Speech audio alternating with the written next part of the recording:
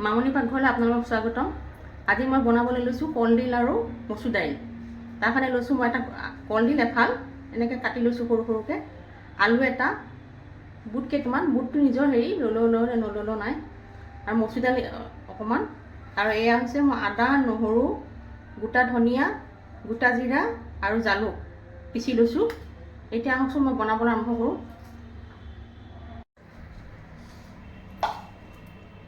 ইফালে মোক গেছটো জ্বলাই কেৰাহীখন উঠাই দিলোঁ, কেৰাহীত তেল দিলোঁ, তেলখিনি ইতিমধ্যে গৰম হৈছে, তাত মই পাঁচফোৰণ দি দিম,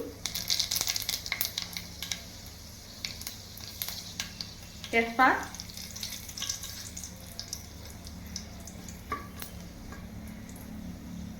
পিঁয়াজ আৰু জলকীয়া দিলোঁ,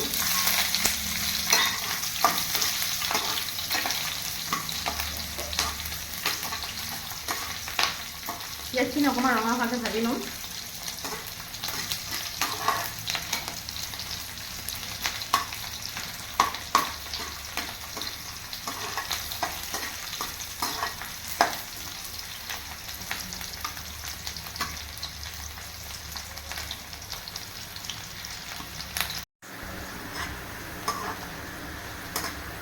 এই পিঁয়াজখিনি লাহে লাহে ৰঙা হ'বলৈ আৰম্ভ কৰিছে। এতিয়া মই ইয়াত কলডিলখিনি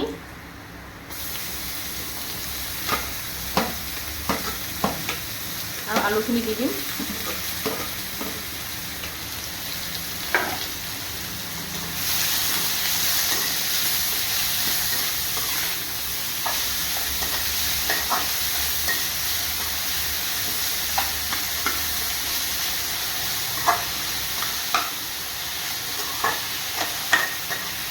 অলপ সময় লৰাই লৈ পেলাই এতিয়া মচুৰ দাইলখিনি দি দিম।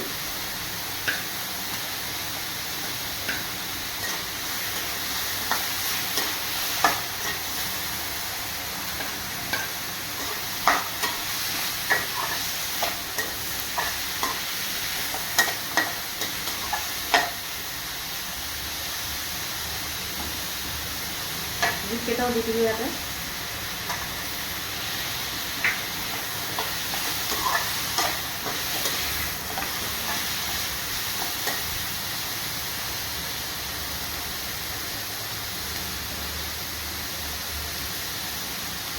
চামটাৰ মধ্যে নিমখ দিলোঁ,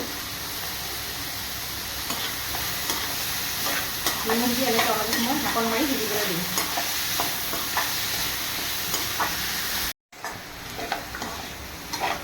এই অলপ সময় এনেকৈ ভাজি থাকিলোঁ, ঢাকন মাৰি সিজিবলৈ দিছিলোঁ।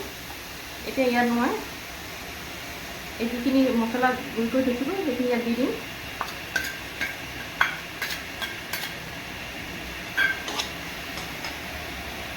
লগতে হালধি দিম।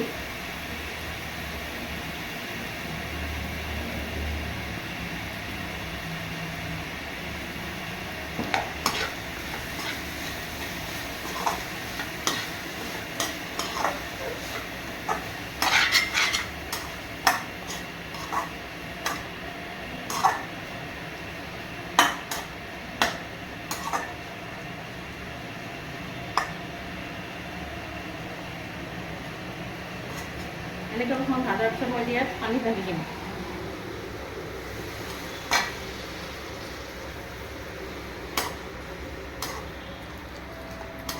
পানীটো অকণমান বেছিকৈ দিব লাগিব, যিহেতু মচুৰ দাইলটো সিজিব লাগিব।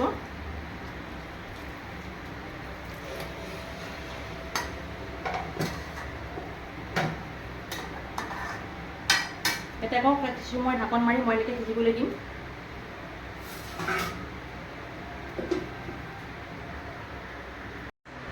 এয়া কিছু সময় এনেকৈ ঢাকন মাৰি সিজিবলৈ দিছিলোঁ। এতিয়া ঢাকনখন তুলি চাওঁ। এয়া গ্ৰেভিটো এনেকুৱা হৈ থাকে, এইটো মানে শুকান নহয়, অলপ ঢিলা ঢিলাকৈ থাকে। এইটো মোৰ প্ৰায় হৈ গৈছে। এতিয়া মই গেছটো অফ কৰি থ'ম।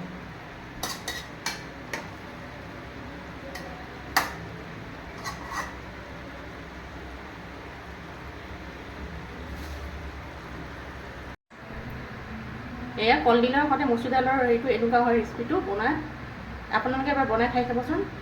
যদি ভাল লাগে তেতিয়া এটা লাইক কৰিব আৰু এটা ছাবস্ক্ৰাইব কৰি দিব।